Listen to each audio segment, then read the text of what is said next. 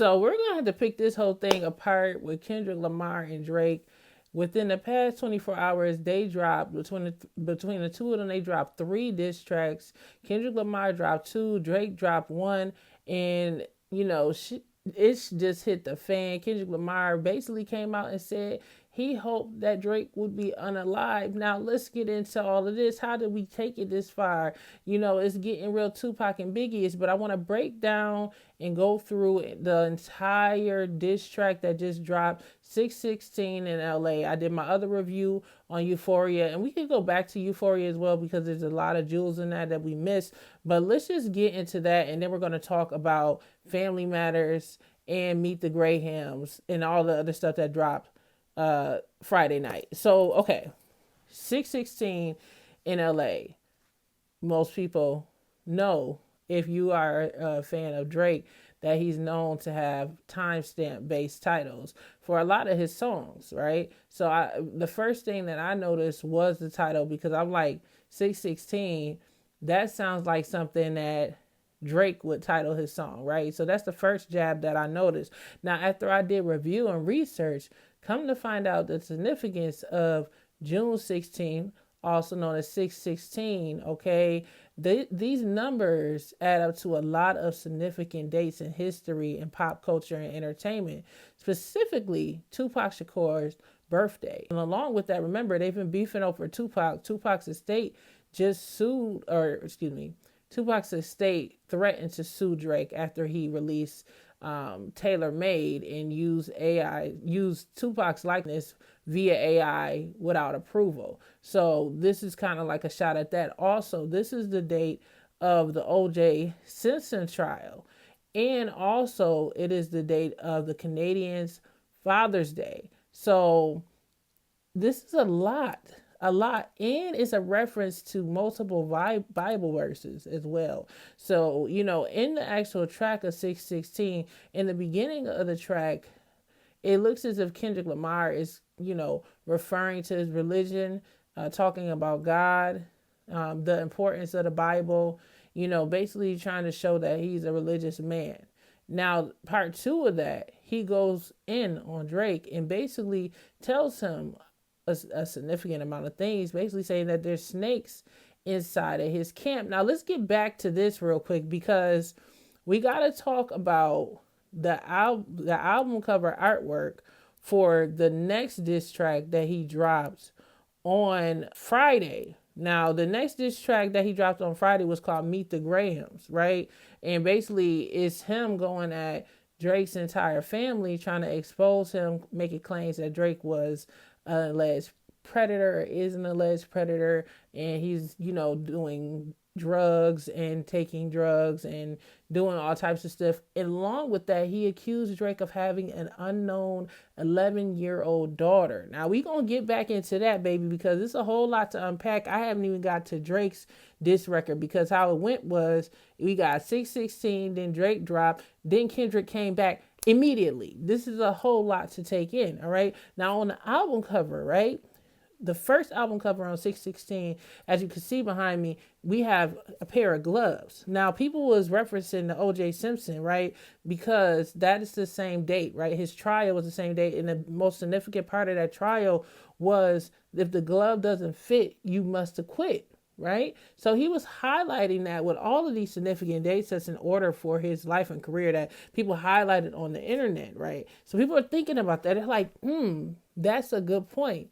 But let's just talk about the full album cover that he finally revealed, because this was just a close-up of a slew of personal belongings that Kendrick Lamar seemingly was holding on to, and he presented it in the cover art of his next song in regards to Drake allegedly having a drug problem. And the track is called, of course, Meet the Grahams.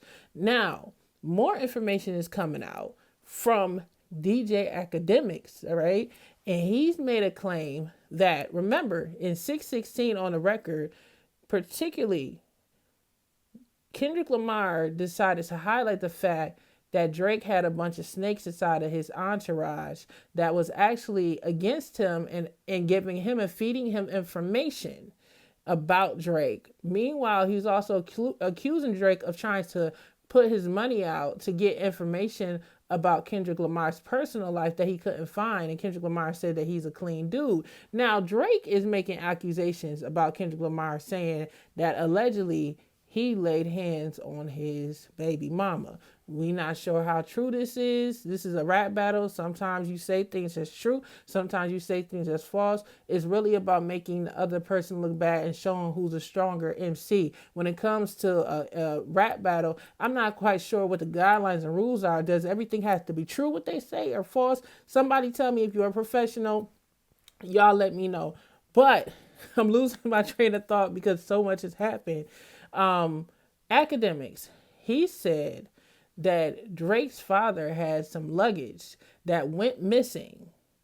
And the items that was presented on the artwork for Kendrick Lamar's record, the one that he just dropped, Meet the Grahams, was items that was inside of Drake's father's luggage. So that means somebody, allegedly, in Drake's camp stole his father's luggage at the airport when they were transferring their luggage and gave it to Kendrick Lamar in his camp. And on the album cover, there's the gloves, and then there's a t-shirt, all right? And then also there's looks as if a prescription drug for Ozempic with Drake's government name on it. Baby, the tea is just getting too hot. This is, and you know, this is something where I'm just like shocked about the way that it's going, because how Kendrick Lamar presented himself from the beginning, he seemed like a peace-loving dude, really down to earth when it comes to, you know, I would say people try to view him more as a political rapper. He wasn't like, you know, a thugged out rapper, I would say, you know, but it's like, it's getting to the point where this is giving Tupac and Biggie vibes. He came out and flat out said that he hoped Drake would die. Now, the reason why he said that he hoped that Drake would die, and this is on the most recent track that he just dropped, Meet the Grahams, he's accusing Drake of being a predator, all right? And basically taking advantage of young women. I'm not sure what he's trying to say, they're underage, but much younger than him. Now, let's just go from the beginning here, all right? Because in 616 in LA, the meat and potatoes basically of it, outside of all of these references, of course, it was a Bible verse that it referenced.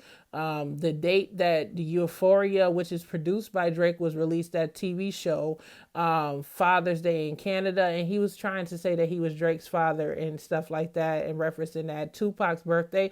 And we know that Drake bought Tupac's ring, and they've been going back and forth about that, because on the previous diss track, Euphoria, we had to highlight the fact that Kendrick Lamar came out and basically said that Tupac would be rolling in his grave because of Drake buying his ring on auction and wearing it, basically saying it's an insult. Another thing that we missed to highlight, and I forgot to mention in a Euphoria track, he also called him out for talking about Pharrell. Now, let's just get into this Pharrell thing, because we're going to get back to the other tracks, but I need y'all to stick with me because there's a lot to unpack, and I really want you guys to understand this entire beef.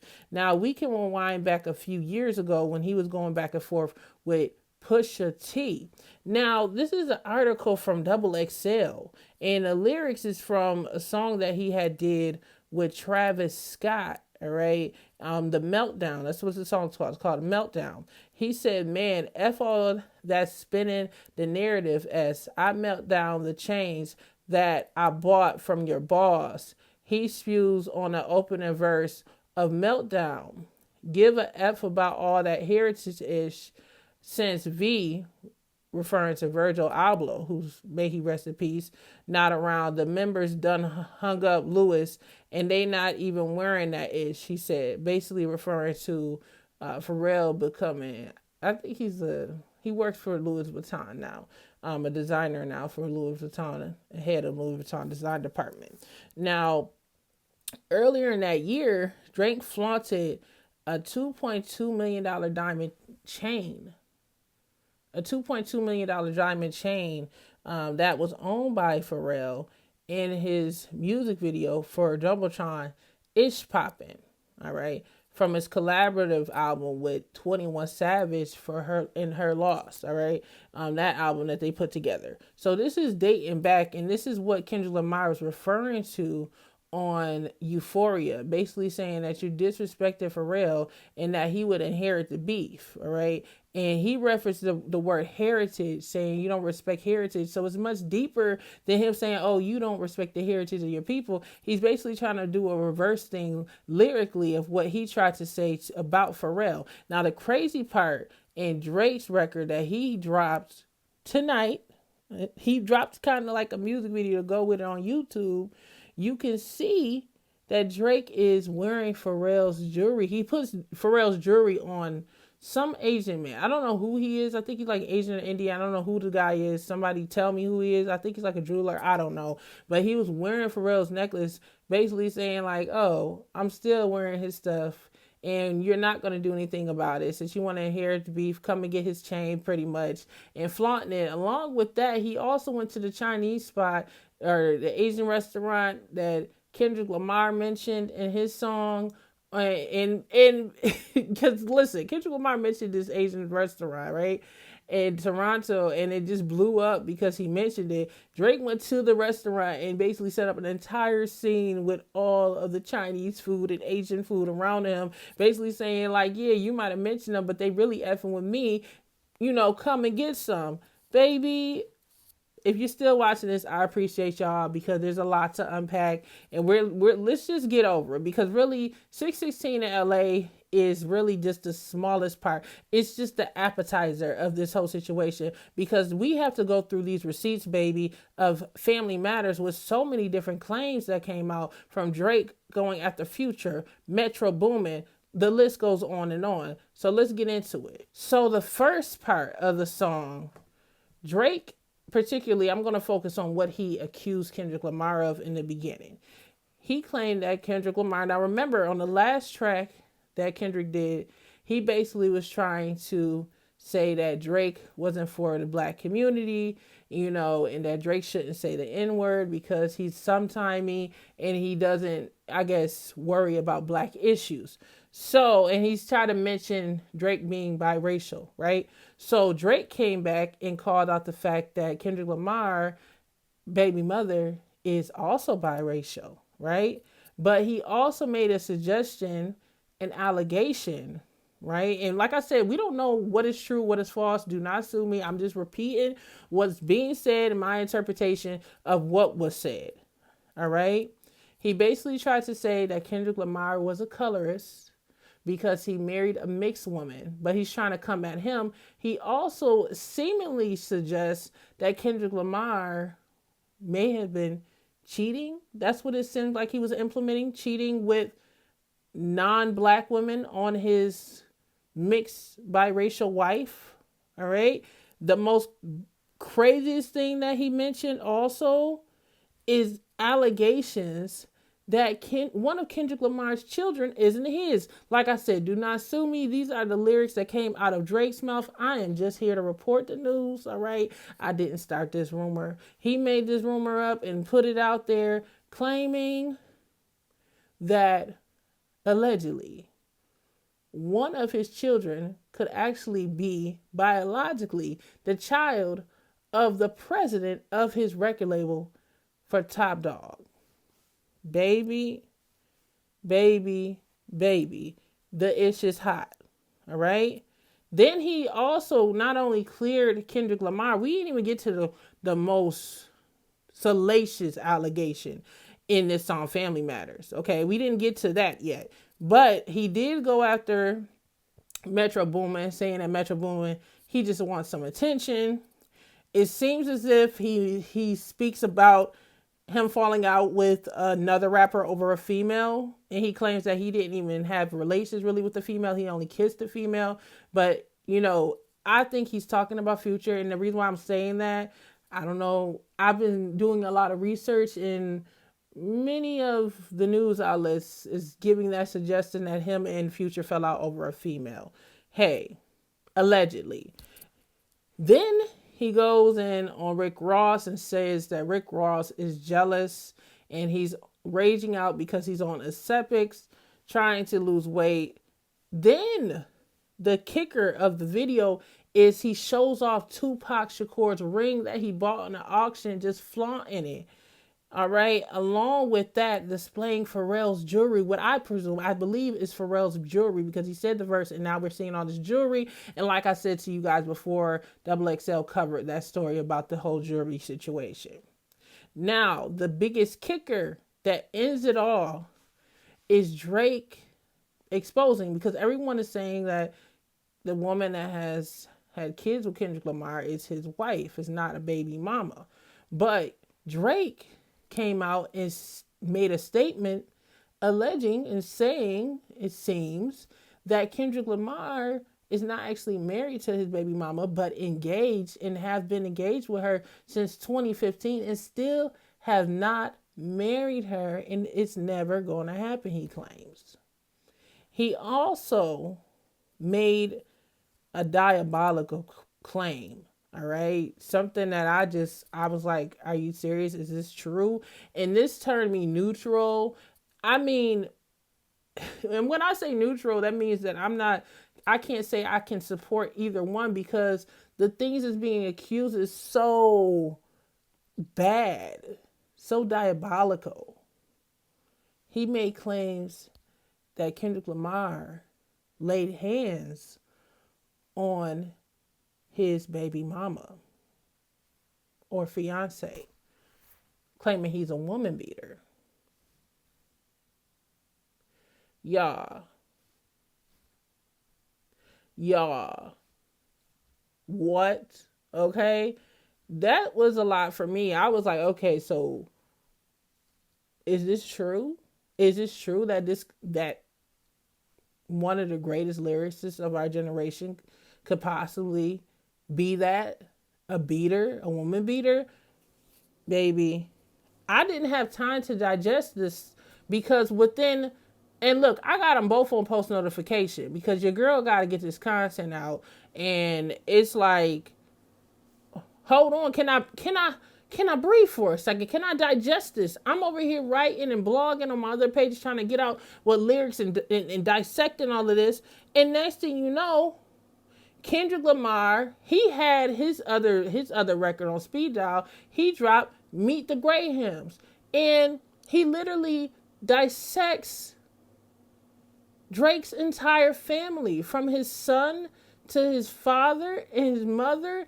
And then he comes out and starts talking to Drake's alleged unknown 11-year-old daughter. Now, Drake is claiming that is false, and he made a post on Instagram about it, baby. I'll put that behind me. You guys can see that.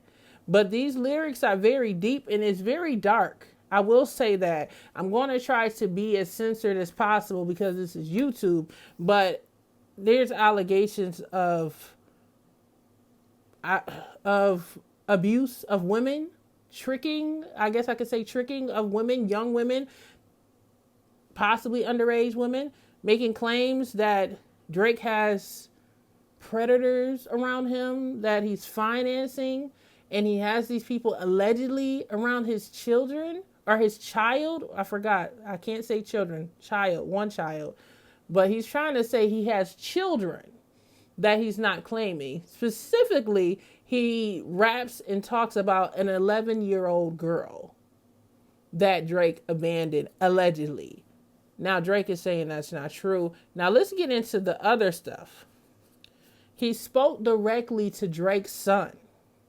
He told Drake's son that his grandfather should have used protection, so Drake wouldn't exist. He asked his son if he could be his mentor. He told him not to cut corners like Drake did. He told him don't be ashamed of who he is like Drake is, allegedly. Then he addresses his mother, Drake's mother, by her first name, and said Drake hurts women, and he had a lot of bad habits that she probably would be ashamed of. Then she went after Dennis, the father of Drake, and said that he birthed a master manipulator, and that Drake used his own father to prove who he was as a person, telling the father that he needs to get paid more. He tells him that he's an addict. He's making claims that Drake is an addict, a drug addict, and has a gambling problem. He told Dennis that he raised a horrible person and that he had the nerve to raise a horrible person. Listen, then he flat out said that Drake should die. But saying a person like him and the people that's in his entourage deserve to die because he is an alleged predator. He shouts out LeBron James and a couple other basketball players saying, keep your kids away from him because they're going to associate you with him. And that's not a good look. If you have kids, stay away from him, protect your family and yourself. It's a lot to unpack. And then he suggests that a raid is coming. Basically, it's giving like trafficking Diddy vibes type of stuff going on. It seemed like he was trying to say Drake is on. And that the feds is coming, baby, a raid is going to happen. Baby, it gets deep. Then, while he's talking about this alleged 11-year-old daughter that Drake is denying even exists, he makes the claims that Drake is a narcissist. He's destroyed people's lives. He's addicted to going to Turks and Caicos to pay for a good time with randoms while popping and doing things, illicit things, if you understand what I'm saying. Okay. And then he goes out and says Drake's father didn't claim him. And then he said the reason why he had to go in so hard is because he was upset with Drake for even mentioning his family. He said that Drake is a 37-year-old man that acts like a 7-year-old child. And then he just went down the whole list and said he's a gambling, drinking, pill-popping animal pretty much that likes to solicitate women for a good time. And his identity is on the fence. He claimed he's not masculine. He claimed that he lied about his nose job surgery, alleged nose surgery, religion, access, ghostwriters, crew members, and lied about a slew of possible illegitimate children that no one knows about. And he said that he's dealing with a lifelong battle with himself. Forget the rap battle. Then, like I said, let me go back to this art cover. DJ Academics claims all of the items was inside of Drake's father's luggage, and it landed in the hands of Kendrick Lamar.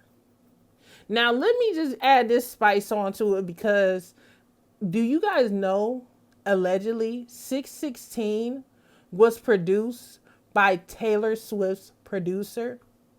Now, the significance of this, like how significant this is because Taylor made, right, the rap that he did, the AI with Tupac and Snoop. He basically tried to suggest that Kendrick was taking so long to drop because he was afraid of not making it on the Billboard charts because Taylor Swift had an album coming out. So what did Kendrick do?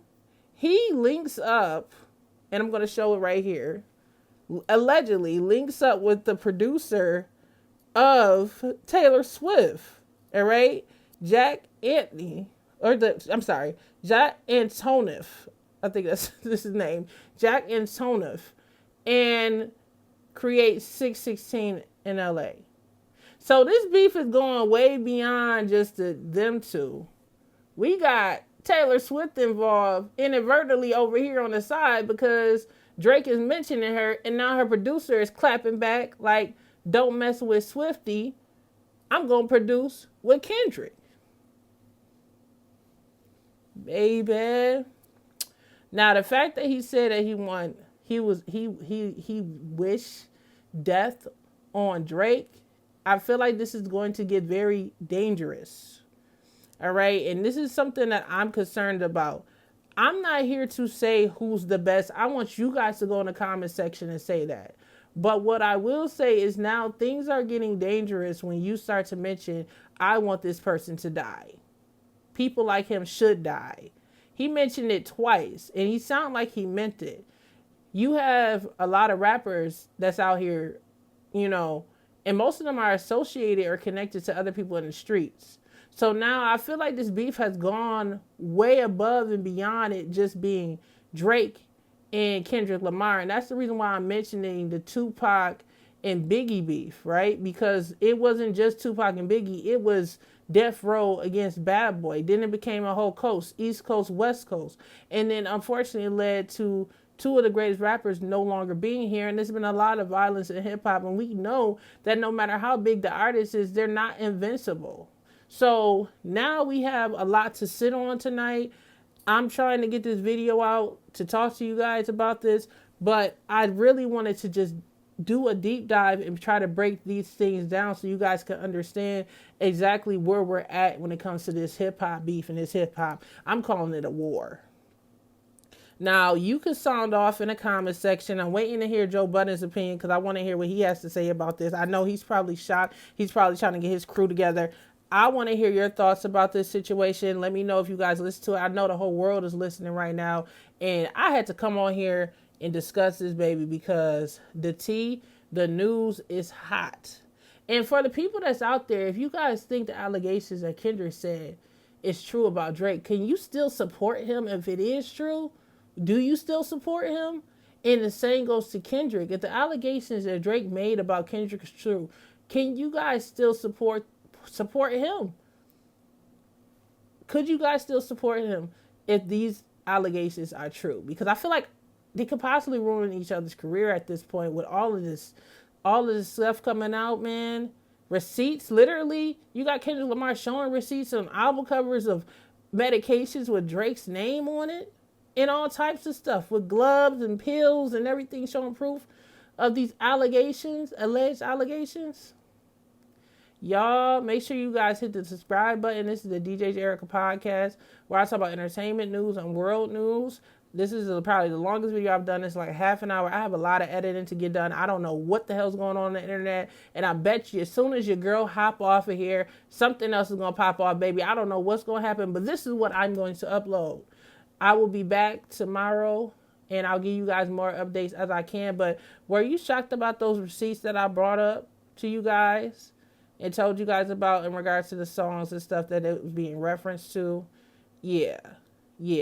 Another thing, also the song that was being sampled was an Al Green song for 616. And that song allegedly was produced by Drake's family members. I think it was his uncle and a cousin helped to do the music on that song that he sampled from Al Green as well. So, I mean, it's going deep. This stuff is going deep. Kendrick Lamar is seeing this through and thinking about it, and you have to dissect it to understand it, y'all. And I'm doing my best to dissect it and go through these lyrics. It's a lot to unpack. You tell me anything else I might have missed. That's what y'all there for, the comment section. I'm going to be back, hopefully, with the next 24 hours with an update. Please, I'm just telling y'all, let's make this clean, good, fun. Kendrick Lamar, Drake. We don't want to see nobody get hurt. But, look. I'm off of here, y'all. Y'all be safe.